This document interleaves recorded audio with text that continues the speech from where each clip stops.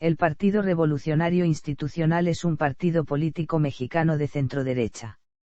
Fue fundado el 4 de marzo de 1929 bajo el nombre de Partido Nacional Revolucionario por el expresidente Plutarco Elías Calles. En 1938 fue reconstituido como Partido de la Revolución Mexicana y en 1946 fue refundado, adoptando su nombre actual. Fue el partido gobernante en México durante 70 años consecutivos, de 1930 a 2000. En 1988 sufrió su mayor escisión, con la separación de la corriente democrática, que derivó en la creación del Partido de la Revolución Democrática. A lo largo de sus 9 décadas de existencia, el partido ha adoptado una amplia variedad de ideologías, a menudo determinadas por el presidente en turno. En sus inicios se definió como un partido con ideales de izquierda, marcado por la recién terminada Revolución Mexicana. En la década de 1980 el partido fue sometido a diversas reformas de corte neoliberal que formaron su actual encarnación, con políticas identificadas como de centroderecha, tales como la privatización de empresas estatales, restablecimiento de las relaciones con la Iglesia Católica y la implementación de un capitalismo de libre mercado. A pesar de ser un miembro íntegro de la Internacional Socialista, el PRI en la práctica no es considerado un partido socialista ni socialdemócrata. La plataforma partidaria actual aboga por un equilibrio económico entre el bienestar social y el capitalismo, el impulso de la cultura mexicana, modernización del campo, el federalismo, la paridad de género, el uso de energías sostenibles, el fortalecimiento de la seguridad nacional, la división de poderes y establecer un nuevo pacto fiscal. En las elecciones presidenciales de 2018, fue la tercera fuerza política nacional, recibiendo el 13% de los votos emitidos, a favor de su candidato no afiliado al partido, José Antonio Meade Curibreña. Dentro de la LXV legislatura del Congreso de la Unión tiene 69 diputados federales y 12 senadores de la República. Actualmente posee la gubernatura de Coahuila, de Zaragoza, Durango, Estado de México y Oaxaca. En febrero de 2020 el partido contaba con 1.587.242 militantes afiliados. Historia. Partido Nacional Revolucionario. En 1928, el presidente Plutarco Elías Calles propuso la creación del Partido Nacional Revolucionario, con la intención de crear un espacio donde los supervivientes de la Revolución Mexicana generaran respuestas a la crisis política que suscitó el asesinato del presidente Álvaro Obregón en 1928. En marzo del siguiente año, la creación del partido se consumó. El 22 de noviembre de 1928, un pequeño grupo de políticos afines a Plutarco Elías Calles se reunieron en la casa de Luis L. León, en la calle Londres 156 de la Ciudad de México, para iniciar los trabajos de organización del PNR, fungiendo como primer presidente del comité directivo Plutarco Elías Calles, como secretario general Luis L.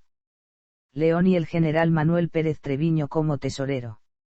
Adicionalmente el grupo fue integrado por otros políticos como Gonzalo N. Santos, Emilio Portes Gil, José Manuel Puig Casauranc, Manlio Fabio Altamirano, David Orozco y Aarón Sáenz.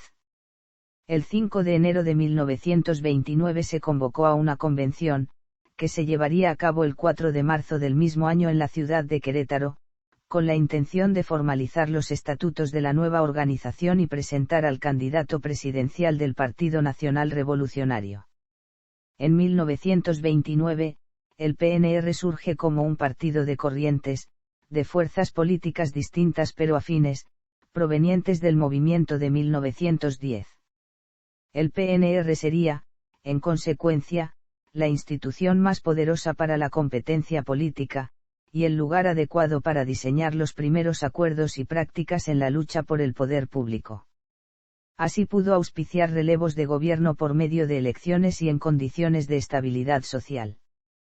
Concebido como un partido de masas y con la intención autodeclarada de tutelar en los derechos de los trabajadores, promovió un creciente ascenso en la participación política por medio de movilizaciones populares, que reclamaba, a su vez, una mayor participación en los asuntos del Estado y una distribución equitativa de la riqueza.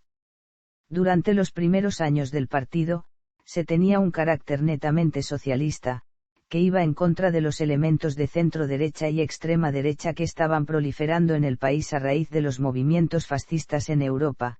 En 1936 se creó, como aglutinante del movimiento obrero, la Confederación de Trabajadores de México y, 2 años después, para el ala ejidal, la Confederación Nacional Campesina. Más adelante, en 1943, se constituiría la Confederación Nacional de Organizaciones Populares que incluiría a los demás grupos que no era posible encuadrar en los otros organismos, como era el caso de los burócratas gubernamentales, los cuales desde un inicio participaron con un descuento de 10 centavos a su sueldo, con lo que el partido configuraría una estructura general representante de los sectores obrero, campesino y popular, además de un grupo que integraría el ala militar del partido, la que sería parte del mismo hasta el año de 1946.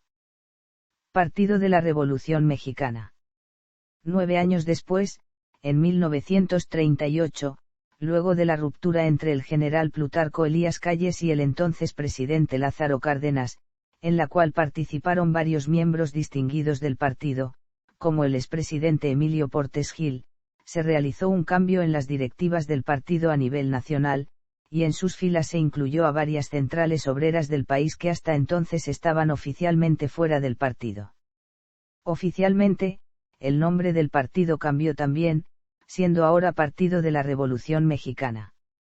En la misma década, surge el sistema partidista en México, ya que la presencia absoluta que mantenía en el escenario político nacional se ve cortada a partir de 1939, con la entrada de nuevos partidos políticos, que en su mayoría se formaban temporalmente bajo el auspicio y con la finalidad de lanzar la candidatura de alguna persona a la presidencia de la República, como fue el caso de la Unión Nacional Sinarquista. Asimismo, surgieron partidos cuya presencia ha perdurado y superado la candidatura de sus fundadores, como es el caso del Partido Acción Nacional. La mayoría de estos partidos fueron clasificados por el mismo PRI como partidos con ideologías y principios opuestos a los postulados de la revolución. Conforme iba quedando atrás la época de guerrillas, y con la construcción de una amplia red de carreteras, se facilitó el abaratamiento de alimentos y el suministro de productos diversos, la organización sindical, el reconocimiento de los derechos obreros, el estatus jurídico para los empleados y la institución de pensiones civiles de retiro, dio una seguridad laboral que hasta entonces no se conocía. Por otro lado, el auge de la educación permitió aumentar la base de posibilidades de la que podía contar la población. Partido Revolucionario Institucional. A partir de la década de los 40, el partido fue testigo del crecimiento económico en México.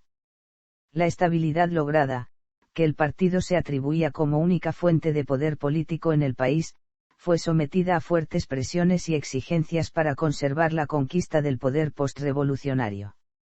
Asimismo, el PRI afrontaba un cambio generacional, producto del envejecimiento de los militantes formados en la lucha revolucionaria.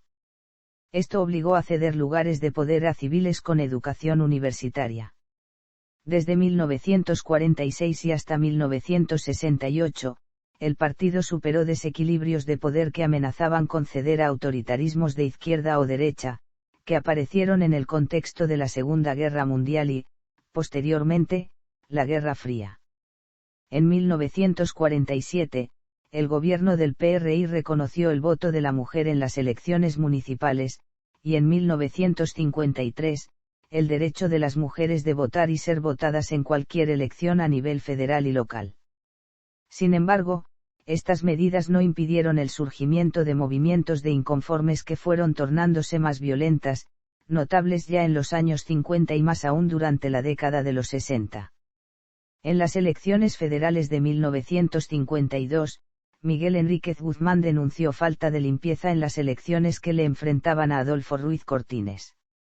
Eso produjo una oleada de protestas que provocaron, en varias entidades de la República, represiones con violencia por el gobierno de Miguel Alemán. En un intento de dar salida legítima a la oposición, finalmente el PRI permitió la pluralidad de partidos en 1963, cuando el presidente de México, Adolfo López Mateos, apoyó la introducción de los diputados de minoría, por lo que los nuevos diputados integrados al Congreso pudieron aportar en la legislación electoral, de inversión extranjera y laboral. Esto permitió al panista Adolfo Cristlie Vivarrola ser elegido diputado. Las medidas tomadas para con la pluralidad política no contentó a todos los sectores de oposición, y el gobierno continuó con la represión violenta durante la década de los 60, provocando, a finales de la década de los 60, la masacre de Chilpancingo donde resultaron muertas 20 personas. Finalmente, el clima de represión y violencia rebasaría la civilidad del PRI de antaño, desembocando a finales de 1968 en la matanza de estudiantes del 2 de octubre en Tlatelolco, cuya orden de ejecución y responsabilidad directa se atribuye al presidente Gustavo Díaz Ordaz. En esta matanza fueron masacrados oficialmente entre 200 y 300 personas, sin embargo la mayoría de las fuentes actuales hablan de 1000 a 2000 muertos tan solo en ese hecho y otros 200 en hechos posteriores. Este hecho es ampliamente recordado aún en la actualidad y todavía fue mencionado en las elecciones de 2012. En 1971 se produjo otra matanza grave, la matanza del Jueves de Corpus, aunque la cifra de víctimas fue sensiblemente menor. En ese momento, murió el viejo PRI conciliador y de dicta blanda y nació un PRI represivo y desconectado con la población. La muerte misteriosa de Carlos Madrazo, expresidente en pugna con Gustavo Díaz Ordaz el 4 de junio de 1969, año electoral, en un accidente aéreo sobre la ciudad de Monterrey, desató dudas de un posible asesinato. Inicia en ese momento, un periodo de declive. Etapa final del PRI en el gobierno. La polémica más grande entre estas épocas fue el movimiento de 1968 en México o la matanza de Tlatelolco, un movimiento social en el que además de estudiantes de la Universidad Nacional Autónoma de México, el Instituto Politécnico Nacional, la Universidad Pedagógica Nacional, el Colegio de México, la Escuela de Agricultura de Chapingo, la Universidad Iberoamericana, la Universidad La Salle y la Benemérita Universidad Autónoma de Puebla participaron profesores, intelectuales, amas de casa, obreros y profesionales en la Ciudad de México y otros estados del país como Puebla, constituidos en el órgano directriz del movimiento denominado Consejo Nacional de Huelga. El movimiento contó con un pliego petitorio del CNH al Gobierno de México de acciones específicas como la libertad a presos políticos y la reducción o eliminación del autoritarismo. De fondo, el movimiento buscaba un cambio democrático en el país, mayores libertades políticas y civiles, menor desigualdad y la renuncia del gobierno del PRI que consideraban autoritario. El movimiento de 1968 en México fue reprimido continuamente durante el transcurso del mismo por el Gobierno de México, y con el fin de terminarlo, el 2 de octubre de 1968 perpetró la matanza en la Plaza de las Tres Culturas de Tlatelolco, logrando disolver el movimiento en diciembre de ese año. El hecho fue cometido de manera conjunta como parte de la operación Galeana por el grupo paramilitar denominado Batallón Olimpia, la Dirección Federal de Seguridad, la llamada entonces Policía Secreta y el Ejército Mexicano, en contra de una manifestación convocada por el CNH. De acuerdo con lo dicho por sí mismo en 1969 y por Luis Echeverría Álvarez, el responsable de la matanza fue Gustavo Díaz Ordaz. Meses después del acontecimiento la CIA descubrieron que fueron engañados por el gobierno de Gustavo Díaz Ordaz, al no ver relación entre la revuelta estudiantil y el comunismo internacional que habían declarado. El sistema de partidos y la afirmación de la pluralidad política no se asentaron definitivamente hasta la reforma electoral de 1977. A partir de entonces se trata de encauzar la resistencia política por una pseudo-legalidad, y los partidos son reconocidos en la Constitución como entidades de interés público. La medida tuvo lugar cuando la oposición extrañamente entró en conflicto presentando candidato alguno contrario al candidato postulado para la elección presidencial por el PRI en 1976, presentando un riesgo serio para la legitimidad del mismo. Esta reforma electoral fue aprobada precisamente cuando el viraje hacia las dictaduras de derecha se encontraban en pleno auge en el sur del continente, con sus dramáticos saldos de represión y violación de los derechos humanos, similares a los acontecidos en México en la década anterior. En un marco que llamaba al autoritarismo en Latinoamérica.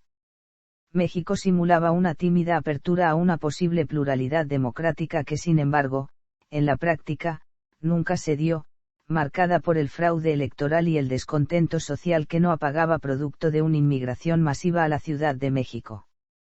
El discurso político del PRI hablaba de avanzar hacia una democracia plural y competitiva, a través de reformas en el sistema electoral, fundamentalmente, en torno a las normas para la organización de las votaciones, las características de la institución encargada de ello, el sistema para la calificación de los comicios y la regulación de los partidos como entidades de interés público, con una vida institucional fortalecida legalmente. En 1982, ocurre una masiva devaluación de la divisa mexicana, provocando una crisis severa y un riesgo de impago de la enorme deuda nacional. El desempleo, la inflación y la corrupción detectada tras este hecho, socavó, no solo los esfuerzos del PRI por mostrarse democrático, sino también su prestigio a nivel internacional. El candidato ganador en las elecciones Miguel de la Madrid tuvo la intensa tarea de subsanar los errores y desaciertos de su antecesor, el tristemente recordado presidente de México José López Portillo, que incluso llegó a afirmar que defendería la divisa nacional como un perro. Ante su eventual depreciación, la gente lo llamó simplemente el perro y dejó la presidencia en medio de un escándalo de proporciones épicas. El terremoto de 1985 conmocionó al país y se crearon redes de solidaridad interpersonal mientras que el gobierno apareció como inoperante. En ese clima se celebraron las elecciones federales de 1988, plagadas de irregularidades y donde hubo una amplia inconformidad tanto en la izquierda como la derecha democráticas ajenas al PRI frente a la crisis electoral de 1988. El PRI inició una agenda de cambios que tendrían un impacto en la estructura económica y política del país.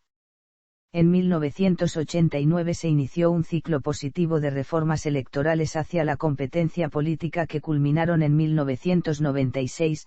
Este ciclo implicó la creación de instituciones y procedimientos que profesionalizaron y otorgaron autonomía a la organización de los comicios, con un cuerpo jurisdiccional para la calificación electoral, y lograron construir bases de equidad entre los partidos políticos en la competencia por el poder público.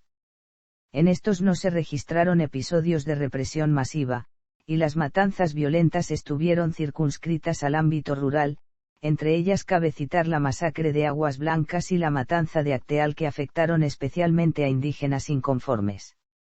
Durante este periodo tras las polémicas elecciones de 1988, el PRI se mantuvo en el gobierno y no aparecieron evidencias serias de que su hegemonía estuviera amenazada en ninguna región del país.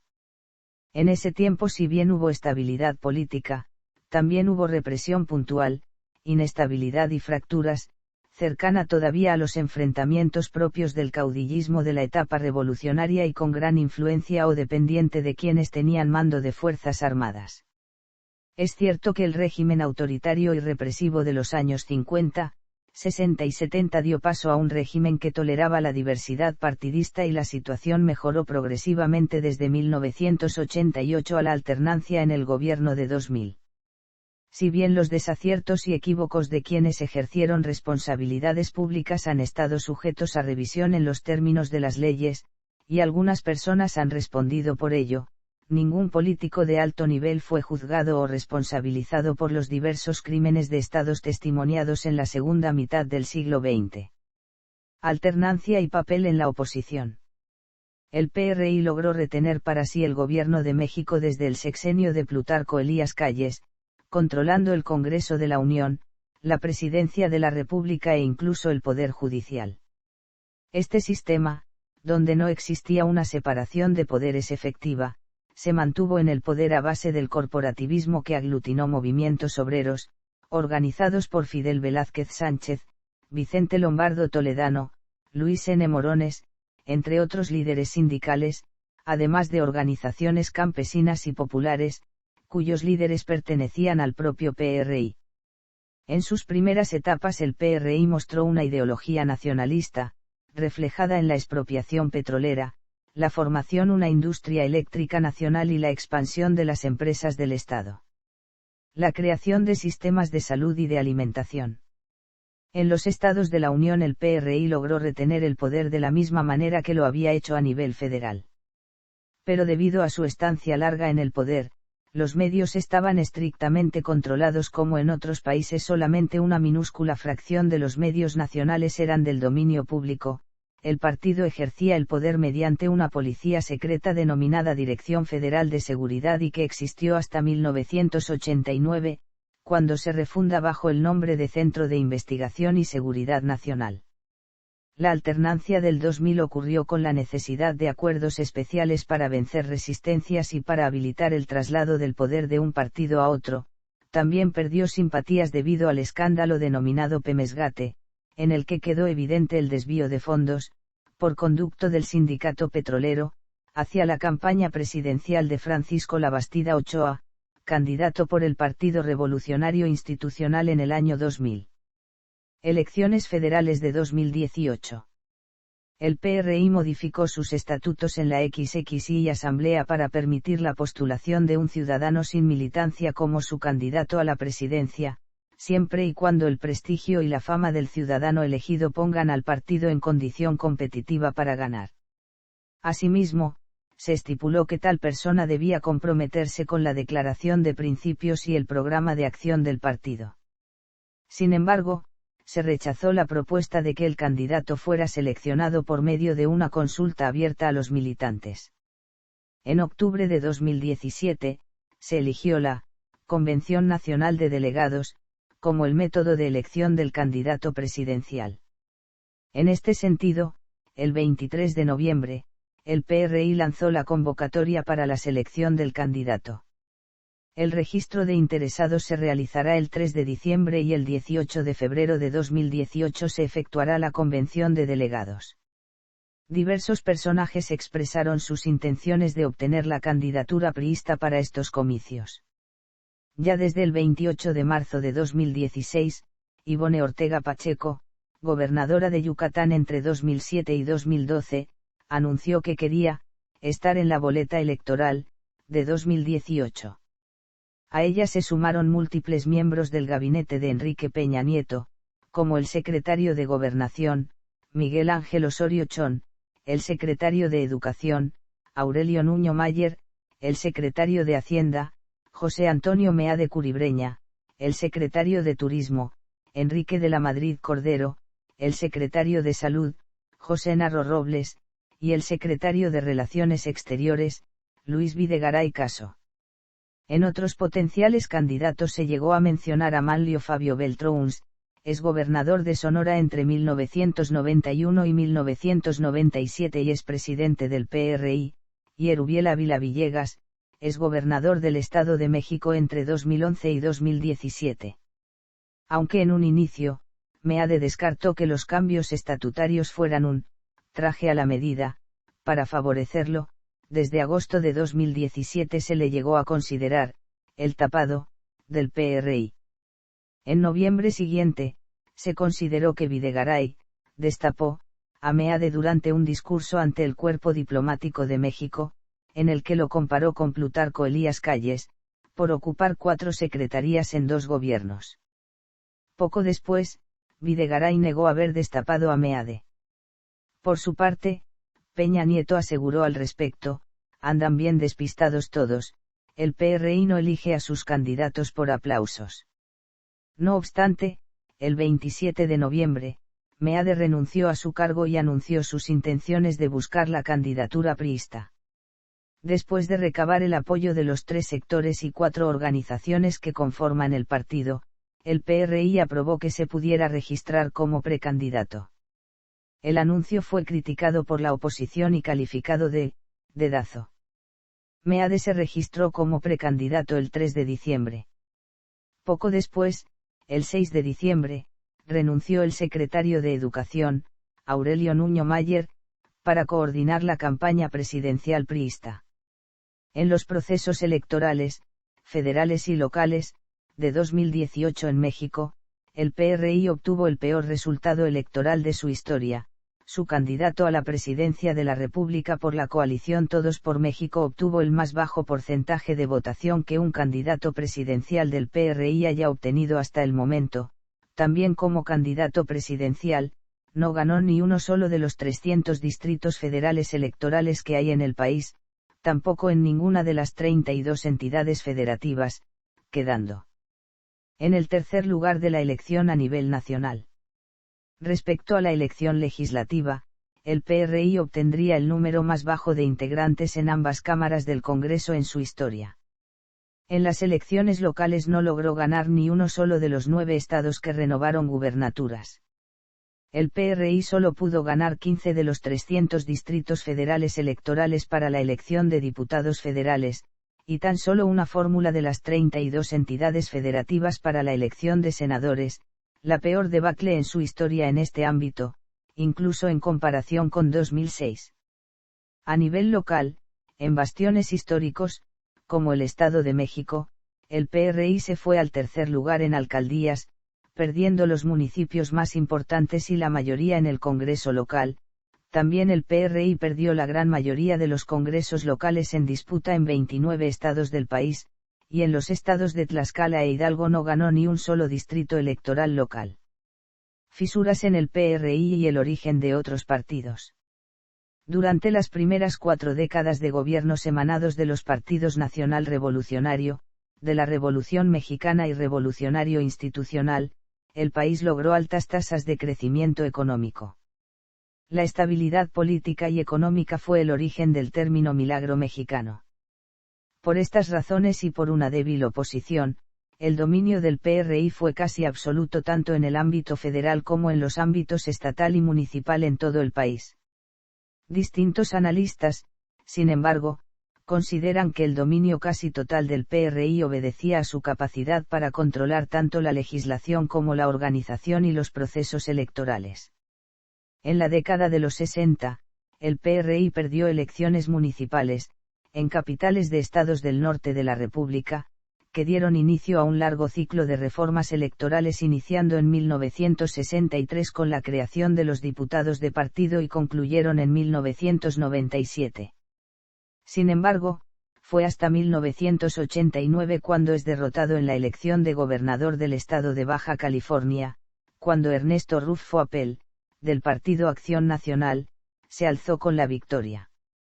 En 1988 sufrió la primera amenaza electoral seria a nivel federal por parte del Frente Democrático Nacional, una alianza formada por líderes de izquierda y exmiembros del PRI, entre los cuales destacaban Cuauhtémoc Cárdenas, Porfirio Muñoz Ledo e Ifigenia Martínez y que con los años formarían el Partido de la Revolución Democrática.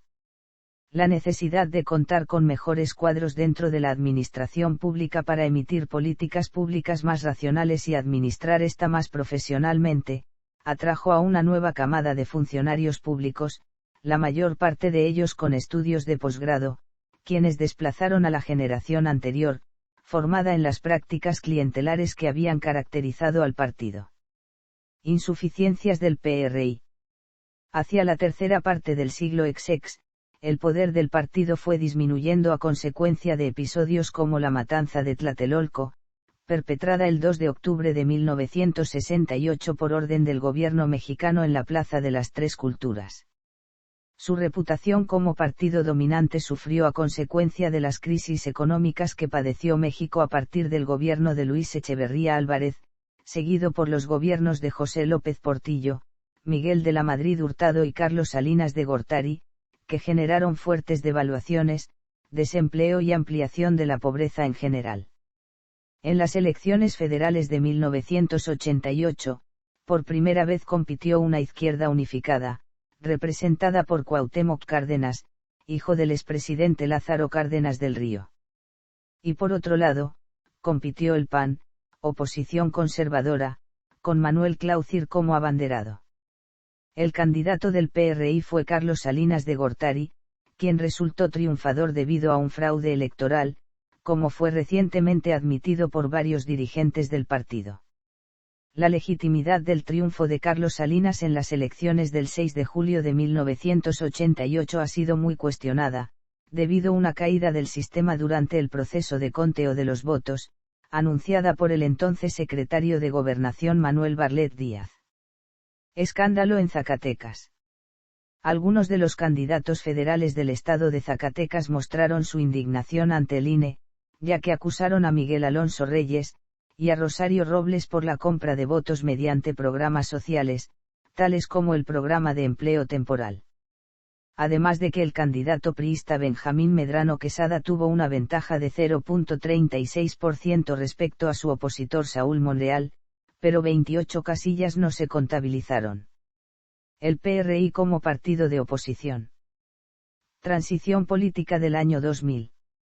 El 2 de julio del año 2000, el PRI representado por Francisco Labastida Ochoa perdería su primera elección para presidente desde 1929, siendo ganada por la Alianza por el Cambio accediendo a la presidencia de la República Vicente Fox Quesada. El reconocimiento inmediato y posterior entrega del poder por parte del gobierno encabezado por Ernesto Sedilou Ponce de León hacia el candidato de la oposición es un hito en la historia política de México, pues por primera vez la presidencia del país es transferida a un candidato opositor sin que medie la violencia. La crisis del año 2006. 6 años después, el candidato a la elección presidencial fue el político tabasqueño Roberto Madrazo Pintado.